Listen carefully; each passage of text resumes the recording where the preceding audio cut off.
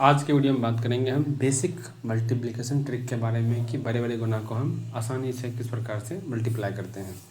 जैसे अगर हमें 16 गुना 25 मल्टीप्लाई करना है, ये काफ़ी आसान सा गुना है, हम इसे चाहें तो ऐसे ही मल्टीप्लाई कर सकते हैं। बट अगर इसे हमें मन में मल्टीप्लाई करना है तो कैसे करेंगे? तो अगर हमें 16 को 25 से गुना करना है तो मन में एज्यूम कर लेंगे कि हम 25 को 20 + 5 या फिर 30 - 5 में लिख सकते हैं। अगर हम 25 को लिख दें 20 + 5 तो ये क्या हो जाएगा? 16 को पहले हम 20 से मल्टीप्लाई कर लेंगे, फिर 5 से मल्टीप्लाई कर लेंगे, तो मन में इसको आराम से हम ऐड कर सकते हैं। 16 को 20 से मल्टीप्लाई करेंगे, ये आ जाएगा 320, और 5 से मल्टीप्लाई कर देंगे, ये आ जाएगा 80। दोनों को जोड़ के कितना आ जाएगा? 400 के बराबर। तो 16 गुना 25 को हम डायरेक्ट मल्टीप्लाई किए बिना भी हम इसे मन में एज्यूम करके 25 को 20 + 5 लिख करके भी हम इसे डायरेक्ट मल्टीप्लाई कर सकते हैं। ठीक इसी प्रकार अगर हमें 45 गुना 55 को मल्टीप्लाई करना है तो हम यहाँ पर 55 को लिख सकते हैं 45 गुना 50 + 5। ठीक है, अब 45 बचे कितना होता है? 225, तो सामने आ जाएगा 2250 और प्लस 225, तो ये आ जाएगा हमारा कितना? 2470 के बराबर। ठीक है, ठीक इसी प्रकार अगर हमें 325 को मल्टीप्लाई करना है 16 से, अब अगर हम 325 को मल्टीप्लाई करने जाएंगे 16 से, इस तरह से करने जाएंगे तो हमें बहुत सारा समय लग जाएगा। हम क्या करते हैं, इसको इस तरह से मल्टीप्लाई ना कर हम सिंपली क्या करते हैं, 325 को ब्रेक कर लेते हैं 300 + 20 + 5 में। अगर 325 को ब्रेक कर ले हम 300 + 20 और +5 में, अब इन सबको 16 से मल्टीप्लाई कर दें तो पहले 300 को मल्टीप्लाई कर देंगे तो आ जाएगा 4800, 20 को मल्टीप्लाई करेंगे तो आ जाएगा 320, और 5 को मल्टीप्लाई करेंगे तो आ जाएगा 80। तीनों को जोड़ देंगे तो आ जाएगा हमारा 5200 के बराबर। मतलब 325 गुना 16 करते हैं तो कितना आता है? 5200 के बराबर। ठीक इसी प्रकार कुछ और मल्टीप्लिकेशन देखते हैं हम। अगर हमें 475 को मल्टीप्लाई करना है 25 से, अब इसे हम इस तरह से मल्टीप्लाई करेंगे लॉन्ग तरीके से, बहुत समय लगेगा। तो एक काम करते हैं, हम 475 को 500 - 25 में कन्वर्ट कर देते हैं। अगर हम 475 को 500 - 25 में कन्वर्ट कर देंगे और इसको 25 से मल्टीप्लाई कर देंगे तो कितना आएगा? 25 × 5 = 125, और 25 × 25 से 625।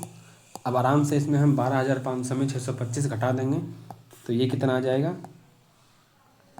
ये आ जाएगा हमारा 11,870 के बराबर। तो हमने लॉन्ग मल्टीप्लाई करने के बजाय हमने शॉर्ट में ही मल्टीप्लाई करके निकाल लिया कि 475 गुना 25 बराबर होता है 11,870। अगर हम लॉन्ग मेथड अपनाते तो हमें शायद ज़्यादा समय लगता। ठीक इसी प्रकार अगर देखते हैं 375 को मल्टीप्लाई करना है हमें 25 से, तो सेम प्रक्रिया अपनाएंगे हम। 375 को लिख देंगे 400 - 25 और गुना 25।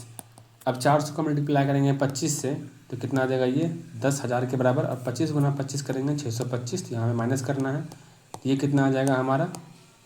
9370 के बराबर। आसानी से हमने मल्टीप्लाई कर लिया। अब देखते हैं अगर हमें 95 को मल्टीप्लाई करना है 13 से, तो मन में एज्यूम कर सकते हैं कि 95 को अगर हम 13 से मल्टीप्लाई करते हैं तो 95 को हम लिख सकते हैं 100 - 5, यानी कि 13 गुना 100 करेंगे तो 1300 - 13 × 5 = 65।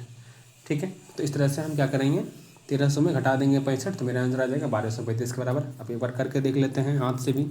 तो 95 को हम लिख सकते हैं 100 - 5 गुना कर देंगे 13। अब 13 को 100 से मल्टीप्लाई करते हैं आता है 1300, 5 से मल्टीप्लाई करते हैं आता है 65। हमें यहाँ पर 65 घटाना पड़ेगा, ये कितना आ जाएगा? 5 × 3 = 12। कितना आ गया? 1235 के बराबर, जो हम मन में मल्टीप्लाई आसानी से कर सकते हैं। ठीक है, अब हमें मल्टीप्लाई करना है, मान लेते हैं 97 को 45 से। अगर हम करेंगे लॉन्ग प्रक्रिया से तो समय लगेगा ज़्यादा। हम क्या करते हैं, 97 को लिख लेते हैं 100 - 3 गुना 45। अब 45 को मल्टीप्लाई करेंगे 100 से, यह आ जाएगा 4500। अब 45 को मल्टीप्लाई करेंगे 3 से, यह आ जाएगा 135। इसमें हम घटा देंगे तो मेरा आंसर सिंपल तरीके से आ जाएगा 5 6 4 में से जाएगा तो 3 और यहाँ 4, यानी कि 4365 के बराबर हो जाएगा। 97 × 45 का मल्टीप्लिकेशन। अब देखते हैं आज का आखिरी सवाल। अगर हमें 32 को मल्टीप्लाई करना है 93 से, 32 को मल्टीप्लाई करना है 93 से, तो तो हम 93 को लिख सकते हैं क्या, 100 माइनस 7। अब 32 को मल्टीप्लाई करेंगे 100 से तो यह आ जाएगा 3200, और 32 को मल्टीप्लाई करेंगे 7 से तो ये कितना आ जाएगा, 7 2 जा 14, 7 21 1 22, मतलब 224 के बराबर। ठीक है, घटा देते हैं, कितना आंसर आ जाएगा, 6 7 9 2 आने के 2976 के बराबर। तो अगर हम इस विधि का इस्तेमाल करते हैं मल्टीप्लाई करने के लिए, तो हमें पहले इसको इससे मल्टीप्लाई, फिर इसको मल्टीप्लाई करेंगे, फिर इसको इससे मल्टीप्लाई करके यहाँ लिखेंगे, फिर दोनों को ऐड करेंगे, तो इसमें समय ज़्यादा वेस्ट होता है। बट उसके अकॉर्डिंग हम चाहें तो अगर इस तरह से मल्टीप्लाई करते हैं नंबर्स को तोड़ करके, तो बड़े आसानी से और बहुत ही कम समय में हम इसे आसानी से मल्टीप्लाई करके अपना मल्टीप्लिकेशन निकाल सकते हैं। ठीक है, आई होप ये वीडियो समझ आया होगा। तो आज की वीडियो को रखते हैं फिर से यहीं तक, कल फिर मिलेंगे एक नए शॉर्ट ट्रिक के साथ।